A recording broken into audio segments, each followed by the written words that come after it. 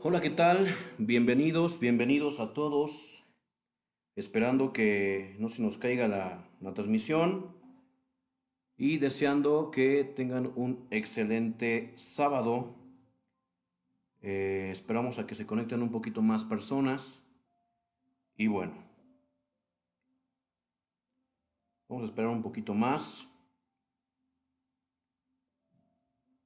Recuerden también que pueden mandar sus preguntas, sus comentarios, sus dudas conforme vayamos avanzando para que pues tratemos de responderlas lo más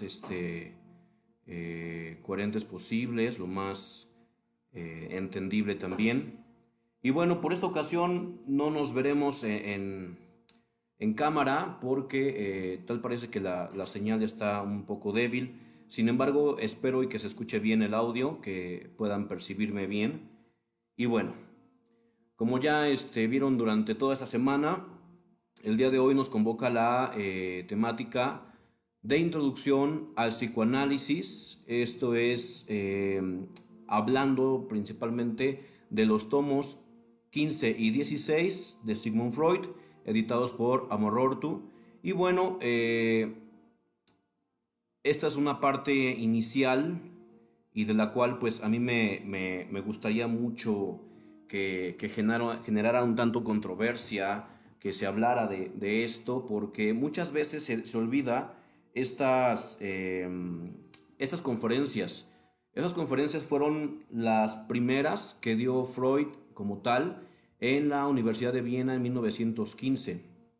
Eh, Estas conferencias son importantes porque él da gran parte de su saber, y digo gran parte porque para ese entonces se comienza a publicar gran cantidad de textos freudianos que él tenía programados desde hace 10 8 y 5 años atrás. Entonces, Freud, recordemos que para percibir a Freud o para entender un poco la lectura freudiana, es que hay tres facetas freudianas o tres formas de ver a Freud. La primera es cuando Freud era el neurólogo, médica, la faceta médica por completo. Y la segunda, perdón, es cuando Freud descubre algo en torno a las histéricas. Ajá, cuando se da esta unión con Charcot y demás. Y y la tercera, perdón, es cuando Freud ya por fin nos habla de algo que él no lo tituló como tal, así tal cual, pero le agradó la idea que le habían puesto los oyentes de Freud del psicoanálisis. Esta tendencia que evoca al análisis mental, pero no solamente a lo mental, sino lo que esconde o alberga la mente sin que se perciba. Ajá. Esto, por ahí sí hay gente de criminología y demás, les va a agradar porque es con lo que gran parte de la criminología sustenta sus estudios en torno al estudio del criminal, del comportamiento del criminal. Obviamente también se agencia con más, con unos enfoques como es el cognitivo-conductual y principalmente el conductismo también. Pero para ver la forma en que aparece el psicoanálisis, pues aparece en el momento en que no había algunas respuestas del por qué el comportamiento se presentaba. Ajá. Y bueno, ya somos más. Veo aquí, saludos Fer Lamarca, Jaciel Osvaldo Pacheco, saludos profe, es el mejor, muchas gracias. Diego, aquí aplausos. Bueno, recuerden que los comentarios los voy a estar leyendo conjuntamente para que no haya este problema de que ching no me leyó y demás. Voy a hacer lo posible para leerlos todos. Y bueno, ya tenemos a 9 ahorita en la audiencia. Creo yo que podemos comenzar. ¿Sale?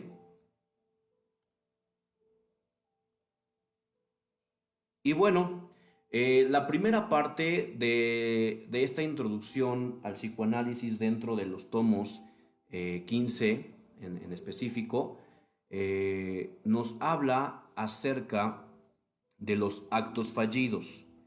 Y esta es la primera parte con la que Freud comienza.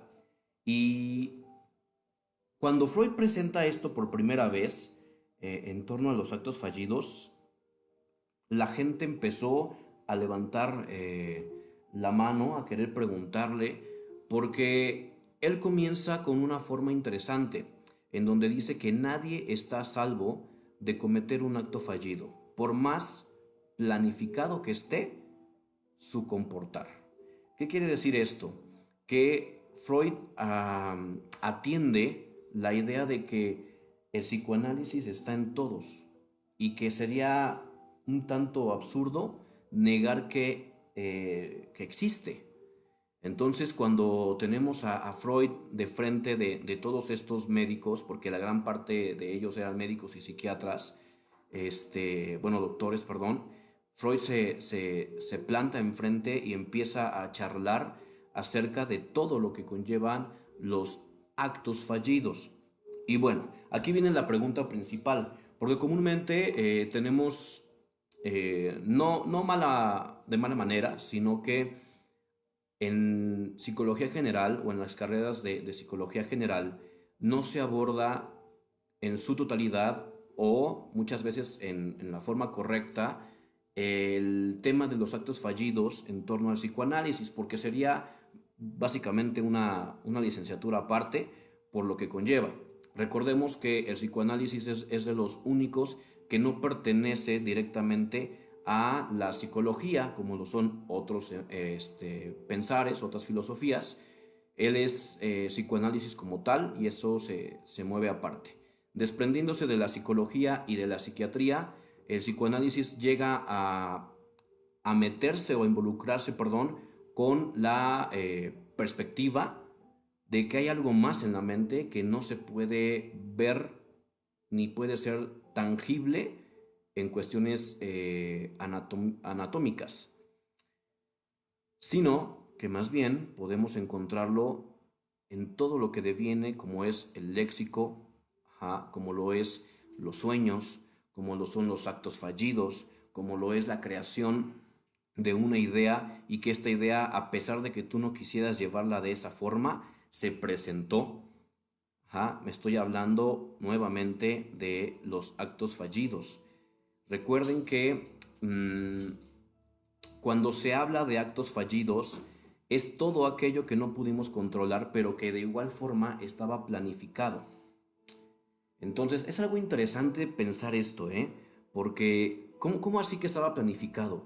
Sí, desafortunadamente encontramos un estudio que es el psicoanálisis, el cual nos refleja que todo lo que tú hagas como respuesta ante cualquier situación es planificado, no meditado. Ojo, eso es algo bien importante. No es algo completamente meditado o que tú eh, quieras controlar o llevar a cabo. Más bien, es algo que sale, que aflora sin ningún tipo de control como tal. Y entonces entendemos que el psicoanálisis pues viene a cobrar factura de muchos hechos en donde el ser humano creía que no había responsabilidad de ese acto. Por ejemplo, me gusta mucho dar este ejemplo en las universidades en donde he dado clases en torno a los actos fallidos y a estos lapsus que tenemos linguaes o de la lengua. ¿Por qué? Porque se presenta muchas veces. Desde el niño en primaria que le dice mamá maestra a la maestra, hasta las personas un tanto más adultas, más grandes, como los jóvenes de secundaria, que se hablan y le dice a su amiga, ¿no? Ella se llama, no sé, Petra, ¿no? Y le dice perra, ¿no? Y se escudan con la idea de que, ay, no, yo no te lo quería decir. No, no, no. Algo tenía que salir ahí. Y es entonces cuando Freud dice que los actos fallidos van a emerger y no siempre tienen que estar en relación al contexto. ¿Qué quiere decir esto? Que los actos fallidos, por lo regular, van a salir sin que tenga algo que ver con lo que están viviendo en ese momento.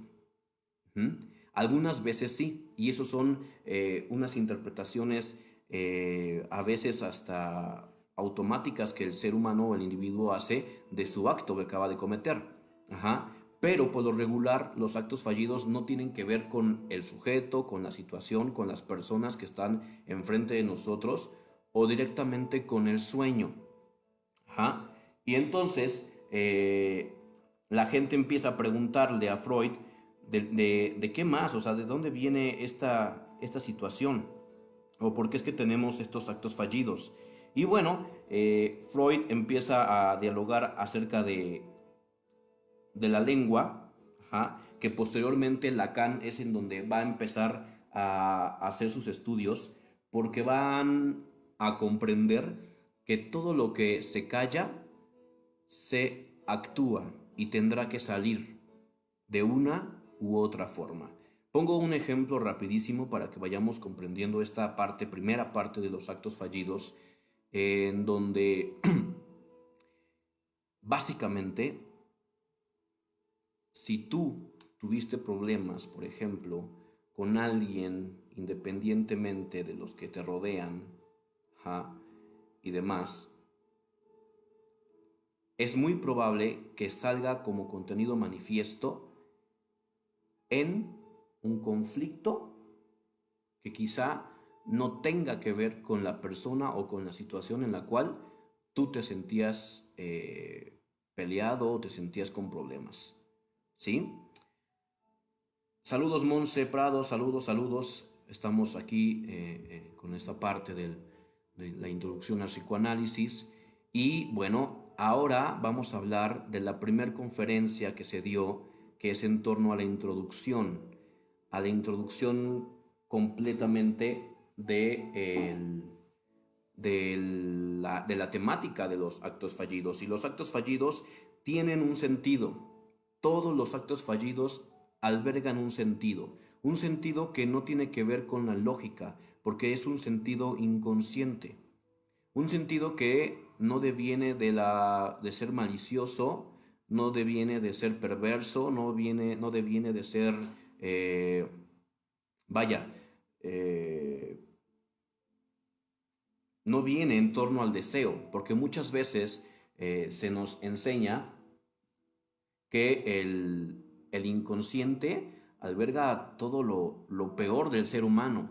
Y Freud después tendrá que evocar a otro libro en el cual nos habla que no es como tal el inconsciente el que está moviéndose ahí, sino que gran parte de la cultura es la que va a determinar algunos hechos y eventos o comportamientos de la vida humana.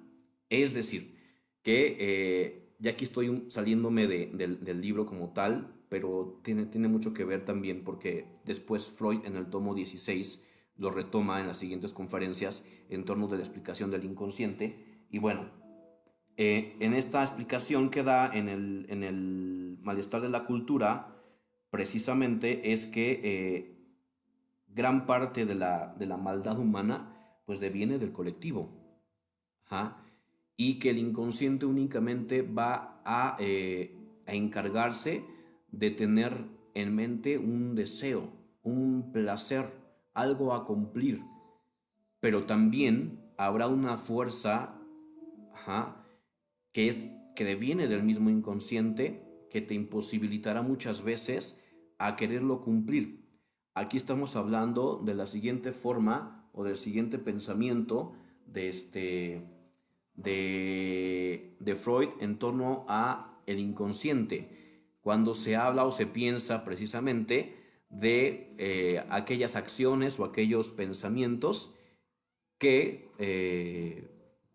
pues son una, un alto sabotaje al mismo y una compulsión a la repetición de las zonas en donde el inconsciente se ve forjado.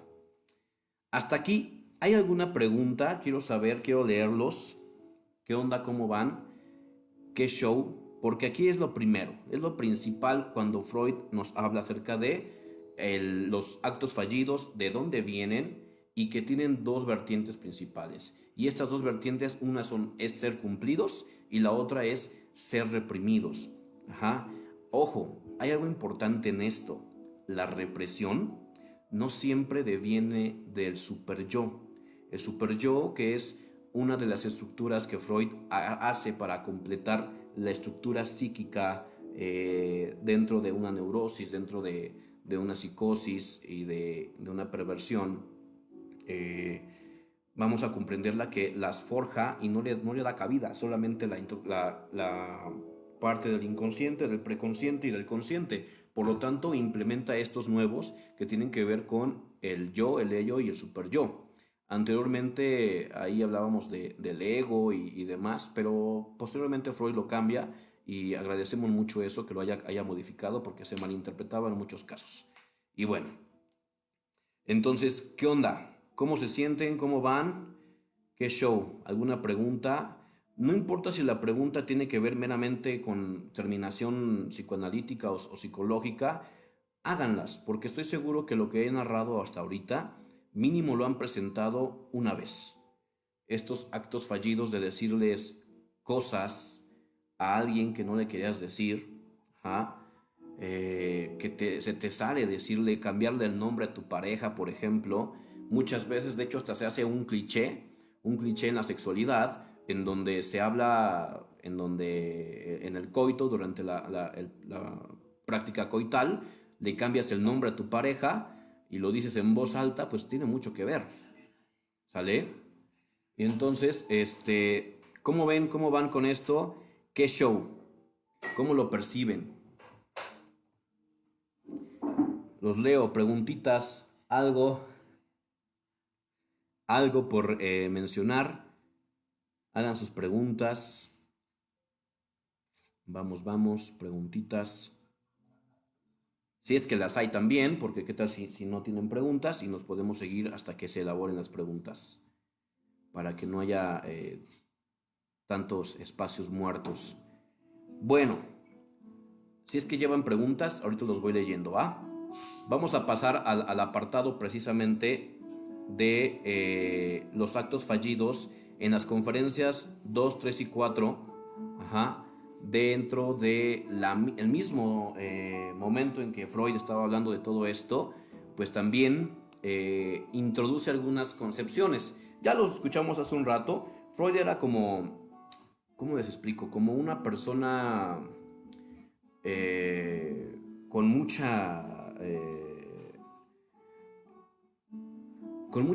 mucho contenido que contar, y entonces el momento de que Freud hablaba empezaba a elaborarlo y hasta que lo detuvieran básicamente, ¿no? Y entonces vamos a comprender por qué muchas veces también al momento de dar lectura a los textos freudianos tenemos tanto esta complejidad de decir, es que no lo entiendo, es que Freud se contradice, es que nunca se pone de acuerdo.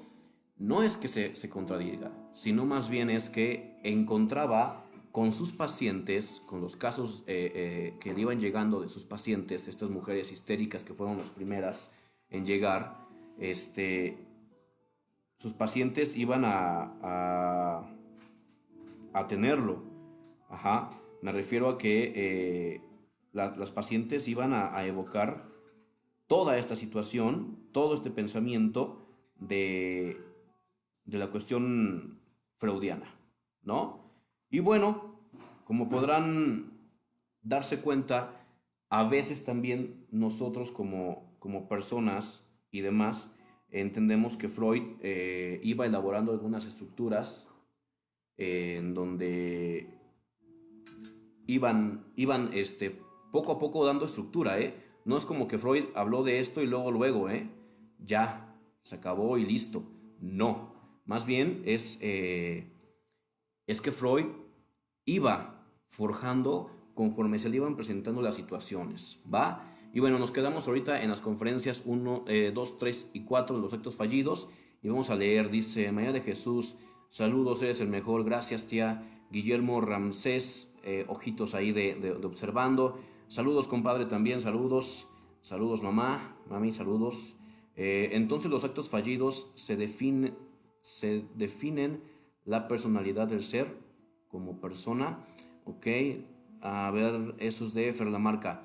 Bien, los actos fallidos no es que te definan como persona, pero gran parte de tu comportar y de lo que eres tú se ven en función y en acción los actos fallidos. ¿A qué me refiero? A que muchas veces negamos algunas cosas, las reprimimos, pero al final de cuentas las reprimimos por un estatus social, por un manifestante colectivo de no tienes que hacer, no te tienes que comportar así, porque entonces eres grosero, eres mala persona. Ajá. Pero eso es con el constructo social. Aquí es cuando entran los mecanismos principales de defensa que Freud hablaba en muchos de sus escritos, los menciona, y esta no es la excepción. ¿Por qué? Porque los actos fallidos se van a ver reflejados y reprimidos por una fuerza que también viene del inconsciente para que no vengan a cumplir su función. Ajá. Y se suma ahora una estructura que le vamos a entender como el super yo, misma que se estructura después como heredera básicamente del complejo de Edipo, en donde la prohibición a ciertas cosas se estructuran en el individuo. Entonces, no es como tal que un acto fallido te pueda definir como persona, pero sí hay algo de ti en ese acto.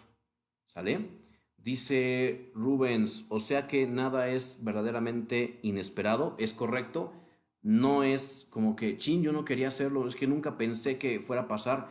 No, sí se va a dar, se tiene contemplado. Jaciel Osvaldo Pacheco, puede ser más explíc- explícito con la parte que no viene del inconsciente. Ok, bien. Es que en el siguiente tomo, que es la segunda transmisión que vamos a hacer, la segunda parte la segunda y tercera parte del video, de los en vivos, nos va a hablar acerca de esta fuerza que deviene del mismo lugar del inconsciente y que al final de cuentas va a poder reprimirlo y va a poder hacer que el sujeto sea socialmente adaptativo, porque esa es la finalidad de algunas represiones que muchas veces tenemos, para que no podamos pues entrar en una controversia con el público, con la gente con la que nos rodeamos, hacemos esto, ¿no? Dice Monse Prado, no, ninguna pregunta, está muy bien y sí me ha pasado en los nombres. Ahí está, ¿no? Diego dice, ¿y qué pasa cuando la estructura psíquica no tiene un control entre el deseo y la normativa? Precisamente cuando no hay un control, ese descontrol tiene que ver con los actos fallidos. No hubo nada que pudiera reprimir esto. Ajá. Entonces, por lo tanto, mentira, me estoy equivocando. Sí hubo algo que lo reprimió, pero esta fuerza, digamos, yo la quiero imaginar de la siguiente forma. No es que sea inteligente, pero es muy astuta la fuerza, la demanda que deviene de este inconsciente de cumplir un deseo. Y entonces va a fingir que se reprimió, ajá, en ciertos aspectos, pero va a tener que salir en otro lugar. Ajá. Y puede salir en un sueño, puede salir en un chiste, puede salir en el olvido de los nombres propios, puede salir en el olvido de palabras. Por ejemplo, esto pasa mucho, ¿no?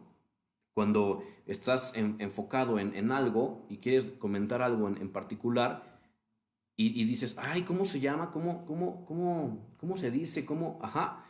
Esto, ojo, hay una explicación biológica también, pero algunas veces cuando ha pasado esto y deja al sujeto como conflictuado, es cuando entonces nosotros lo vemos como un acto fallido. Ajá. Si no te causó un conflicto eso, ese olvido, esa forma, no la vamos a tener que tomar en cuenta. Y no es porque no se tome, sino porque al momento de que el paciente llega al consultorio, pues no lo toma como tal. Ajá, de hecho, ni lo menciona. Después empezará a hacer sus asociaciones, que es otro concepto freudiano, la asociación libre, gracias al caso de Anao. Ajá, ahí les encargo a los que estén interesados en la siguiente sesión. Vamos a dar el nombre original de la persona. Ajá, el caso de Anao se le llama Anao por confidencia del caso, pero al final de cuentas después resulta el nombre real y el por qué les voy a contar, el por qué resulta ese nombre como tal. ¿Sale? Ok, hasta aquí hay preguntitas, hay dudas, algo referente a lo que estamos charlando. Creo que sí vamos ahí como tal.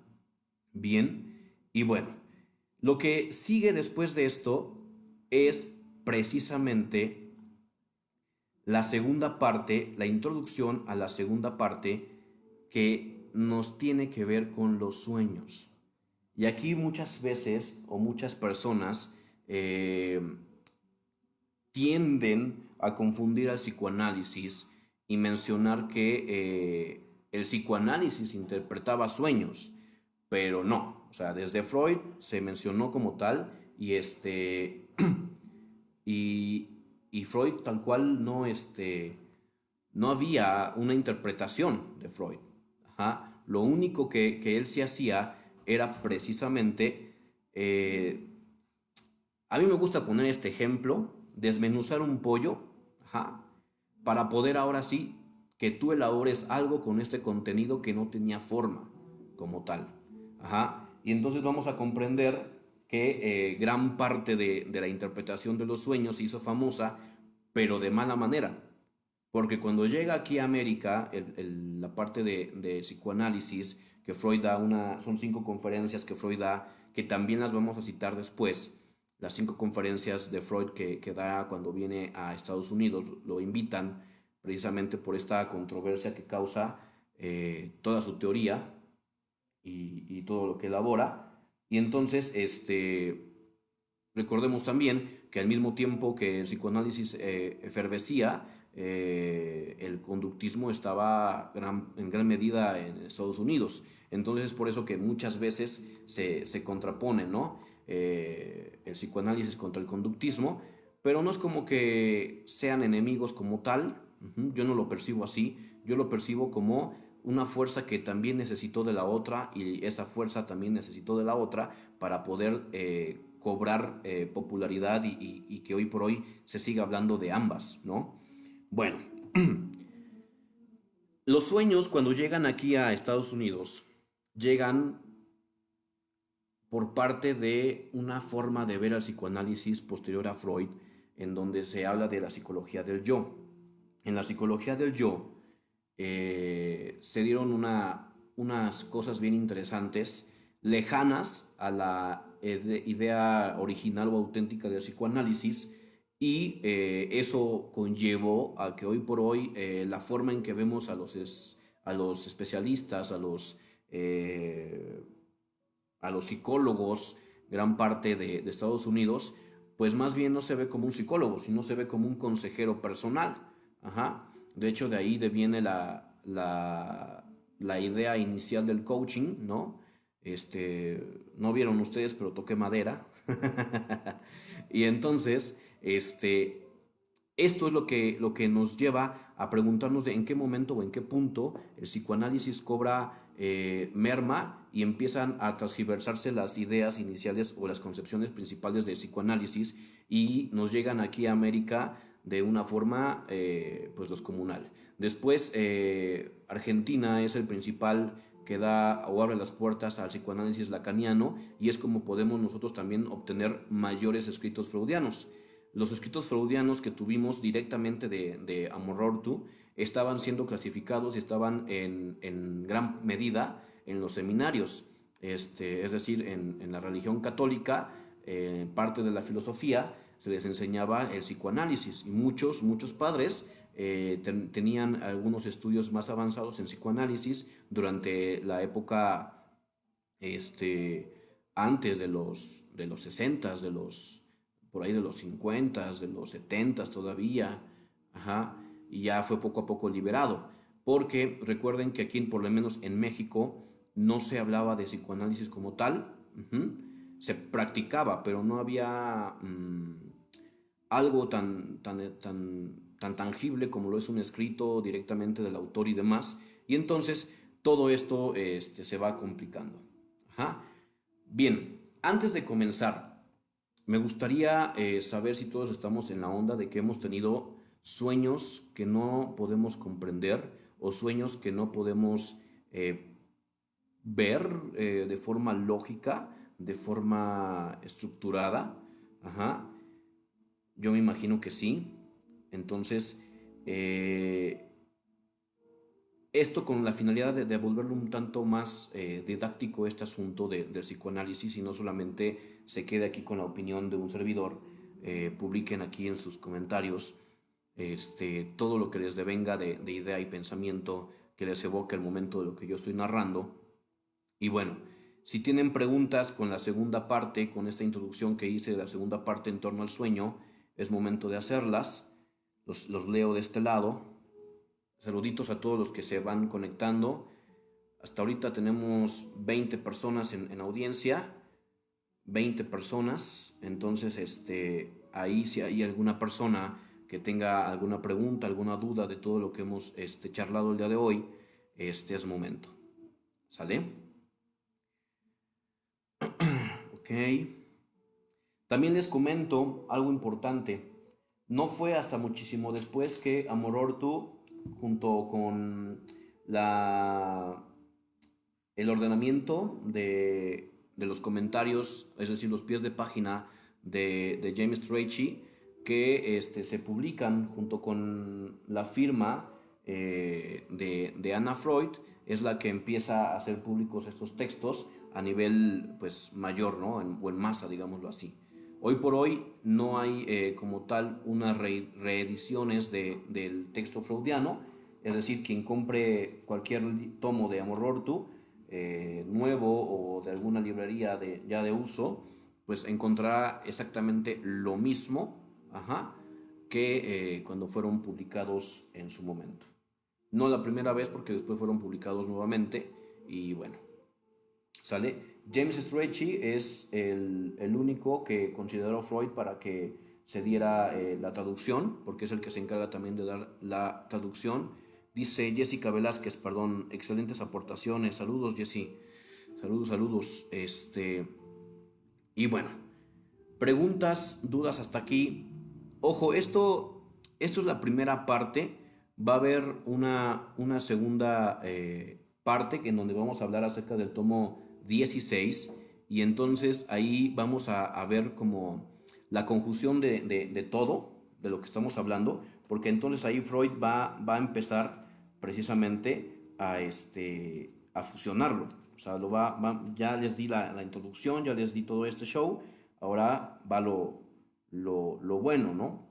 ¿Por qué? Porque es la tercera parte dentro de los tomos de Freud en la conferencia número 16, número 17, hasta la conferencia número 20, ¿no? Y ahí ya en los últimos estadios de la última conferencia nos va a hablar precisamente de la transferencia, la terapia analítica, el estado neurótico común, la angustia, la teoría de la libido y el narcisismo, y entre otras más, ¿no? Para que ahí estén pendientes la próxima transmisión, es lo que vamos a estar hablando. Y si alguien gusta la aportación de dónde poder obtener bibliografía que puedan acompañar para llegar un poco más empapados a estas transmisiones y un poquito más, se vuelva un poco más ligera la narrativa, métanse a la página de Psicoforma Activa y ahí encontrarán libros que son los tomos de Freud, escaneados en PDF y los pueden descargar. ¿Sale? Bueno, entonces, en esta parte del sueño, yo les pregunto ahora a ustedes, si tuvieran un lugar en donde pudieran situar el sueño o los sueños, como una fábrica, qué sé yo, un lugar en donde se creen los sueños, ¿dónde sería? ¿Dónde puede ser para ustedes el lugar correcto para poder pensar en un sueño y decir, de aquí viene esta situación?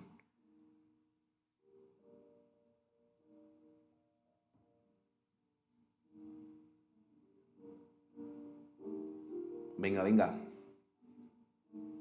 Los leo, chicos, los leo.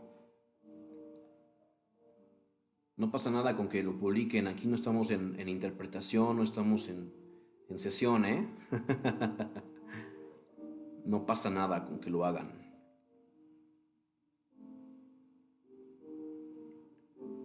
Ok, en lo que lo van elaborando, vamos a hablar acerca de cómo es que Freud empieza el pensamiento de los sueños, o es más bien, me estoy refiriendo mal, cómo es que Freud se da cuenta de los sueños.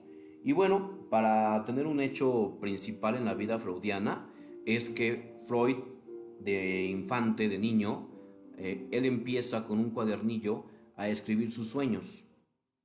Ajá, a escribir sus pensamientos de lo que le dejó también el sueño. Él los escribía.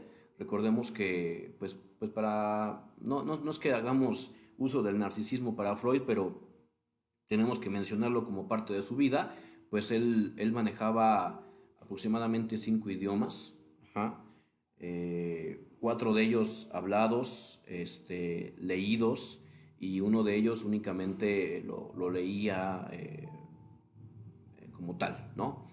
Entonces, a la edad de 5 años ya dominaba algunos de estos idiomas, independientemente del suyo, del de nacimiento.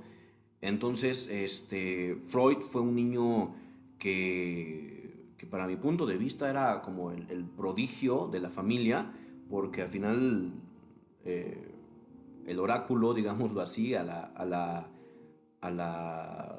tragedia griega y demás, ¿no? El oráculo le dijo a su madre, una persona ahí le comentó a su madre que le tiene que poner Sigmundo, eh, y esta persona iba a ser famosa, iba a ser exitosa, ¿no?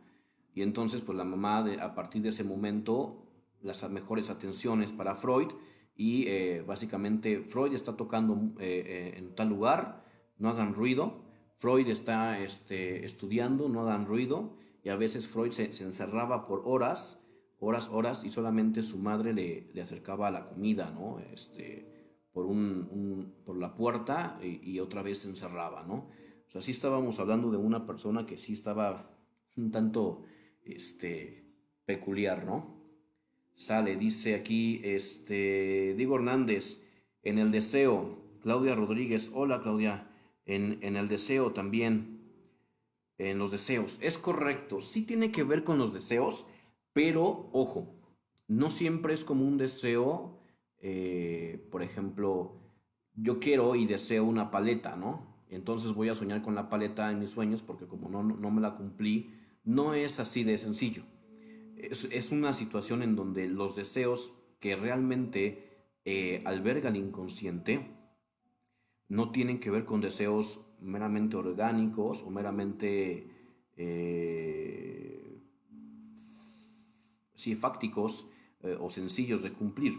A veces se piensa en sueños como por ejemplo eh, que realmente perturban a la mente del ser humano.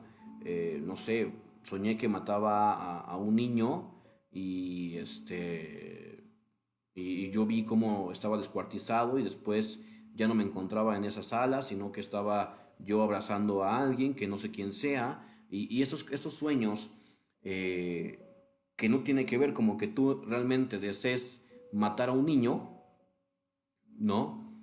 Pero que pues algo del contenido del asesinato, de lo simbólico de un niño, y de uniones, perdón, dentro del sueño, van a determinar que se empiece el análisis. Ahora bien, en cuestiones analíticas, los sueños no se tocan como tal, a no ser que el paciente los cite en sesión. No es como el típico cliché de cuando vemos en las películas o en las caricaturas a este analista que es completamente, que le ponen ahí psicólogo, pero al final de cuentas es un psicoanalista por la forma y el método en que aparece. Ajá, este lugar en el diván, este sujeto sentado a un lado y preguntándole, ¿y con eso cómo te sientes?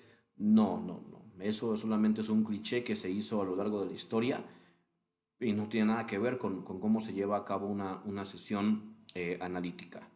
Al igual que este típico de, bien, háblame de tu madre, háblame de tu padre, háblame de tu infancia, no es así. Algo que también se nos quedó mucho en la mente a todos los que leímos un poco del psicoanálisis en la universidad, o a los que tenemos el interés por la psicología y leemos el psicoanálisis de vez en cuando, es que pensamos que la terapia analítica es profunda, porque así la denominan, la llaman, ¿no? Una terapia profunda, pero no es así. O sea, lo que es lo principal del psicoanálisis es que está centrado en el aquí y en el ahora. Que tú, gracias a la situación del análisis, quieras evocar algunos momentos de tu vida anterior, es otra cosa. Ajá, de tu vida de infante, de adolescencia, ajá, ya es otra situación. Pero como tal, el psicoanálisis ni yo lo consideraría profundo, se le dio la concepción así porque se supone que llegaba hasta lo último del sujeto y más, según esto, pero no. El psicoanálisis está centrado, perdón, en lo que tú ahorita estás presentando.